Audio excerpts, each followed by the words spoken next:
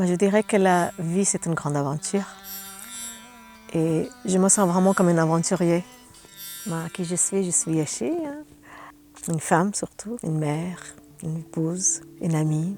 Je suis née en Inde et j'ai grandi jusqu'à mes 19 ans là-bas. Moi, j'ai eu ce prénom Yashi qu'en fait on ne trouve pas en Inde parce que c'est une diminutif de Yashasvi ou Yashdaini. Donc Yash, ça veut dire la gloire. Donc le nom féminin Yashi, ça veut dire celle qui donne la gloire. Pour moi, le premier changement, c'était vraiment quand j'ai pris conscience de la recherche que j'avais de bien-être pour moi. Ce qui m'impressionnait vraiment le plus, c'était la recherche profonde qu'ils avaient mes parents. Ils étaient dans une recherche, je ne savais pas quoi. Ils cherchaient. Et moi, dans cette époque-là, je commençais à sentir des choses qui me dépassaient. Et cette recherche nous a ramenés à découvrir vraiment quelque chose d'exceptionnel. Un partage, une expérience de nos connexions à soi et à cette origine de vie ou cette intelligence de vie qui m'a permis de changer drastiquement ma relation à la vie et à moi-même. Et ça m'a ramené à vraiment la chercher, expérimenter et trouver mon autonomie dedans. Donc ça, c'était vraiment quelque chose que j'ai commencé très tôt, à l'âge de 10-11 ans. Après la 12e, c'était le jour où j'ai choisi de m'inscrire à l'école de chant. Vraiment, c'était une passion pour moi et même si je n'ai pas pu la exploiter au maximum, ça m'a toujours tenue. En Inde, le chant est omniprésent. Donc on écoute le chant, on chante tout le temps, mais je n'avais aucune idée de ma capacité de chanter ou quelle était ma qualité de chant, parce que tout le monde chante, on chantait tous. C'était pas la technicité qui me plaisait, c'était le chant en soi. Ça me connecte à quelque chose de beaucoup plus grand. C'est comme si la vie m'a écouté. Chanter, ça lui faisait plaisir. Donc je sens un retour en fait. C'est ça qui me plaisait. C'est pas spécialement chanter pour les autres, mais chanter pour moi et la vie. Et c'est comme ça que en fait, j'ai rencontré Alexandre, mon mari, parce qu'on s'est trouvés dans un contexte spirituel, on ne se connaissait absolument pas. Je l'ai entendu chanter le même soir qu'il m'a entendu chanter. Et à la fin, il est venu me voir. Et après, au fur et à mesure, on a beaucoup partagé ce chant. Et avec la créativité qu'on a tous les deux, c'est ce qui nous a aussi beaucoup réjouis ensemble. C'est qu'on a créé beaucoup de choses. Et on continue jusqu'à aujourd'hui.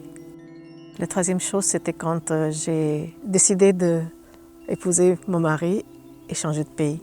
Et là, c'était vraiment un grand changement pour moi.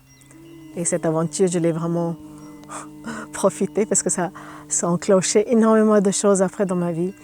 Au départ, quand je suis arrivée ici, tout était très différent de ce que je connaissais, même pratiquement opposé dans la façon d'y être, de faire des choses, de climat, la nourriture. Tout était vraiment tellement différent que je me suis sentie complètement perdue. Et je me suis à ce moment-là déconnectée, je dirais, un petit peu de la profondeur d'expérience que j'avais vécue avec moi-même, avec cette énergie de vie. Toute notre vie, c'est vraiment la connexion au moment donné. Avec quoi est-ce qu'on est connecté, à partir d'où et qu'est-ce que ça nous apporte. Vraiment, toute notre vie tourne autour de ça.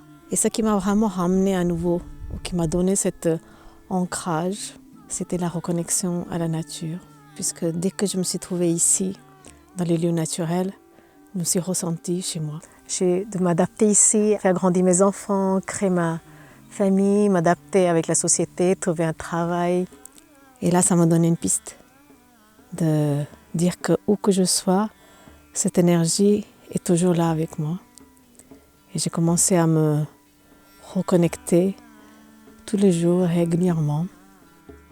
C'est vraiment un soutien à tout moment de la vie.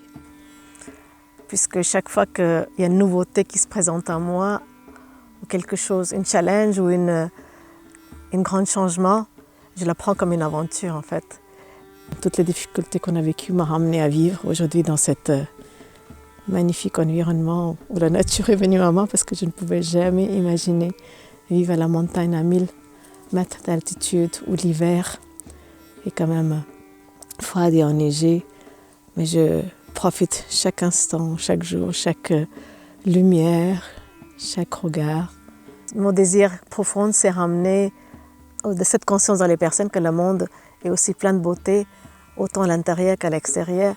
Et si on se connecte à ça, on peut vraiment monter de l'énergie vers quelque chose de beaucoup plus positif et profiter de cette présence qui est inséparable de nous.